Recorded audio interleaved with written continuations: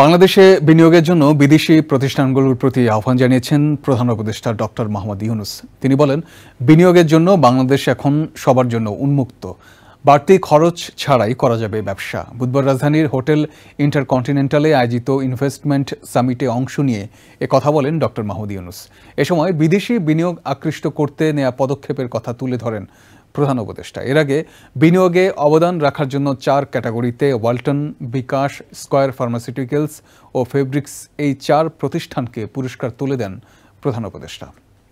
জুলাই অভ্যুত্থানের পর অর্থনৈতিক চ্যালেঞ্জ মোকাবেলা করে বাংলাদেশকে এগিয়ে নিতে নানা উদ্যোগ নিচ্ছে অন্তর্বর্তী সরকার।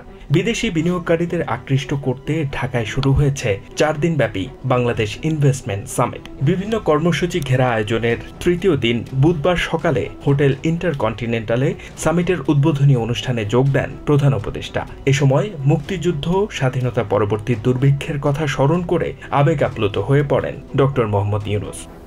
বিনিয়োগের জন্য বাংলাদেশ এখন সবার জন্য উন্মুক্ত উল্লেখ করে বিদেশিদের নির্দ্বিধায় ব্যবসা করার আহ্বান জানান প্রধান উপদেষ্টা।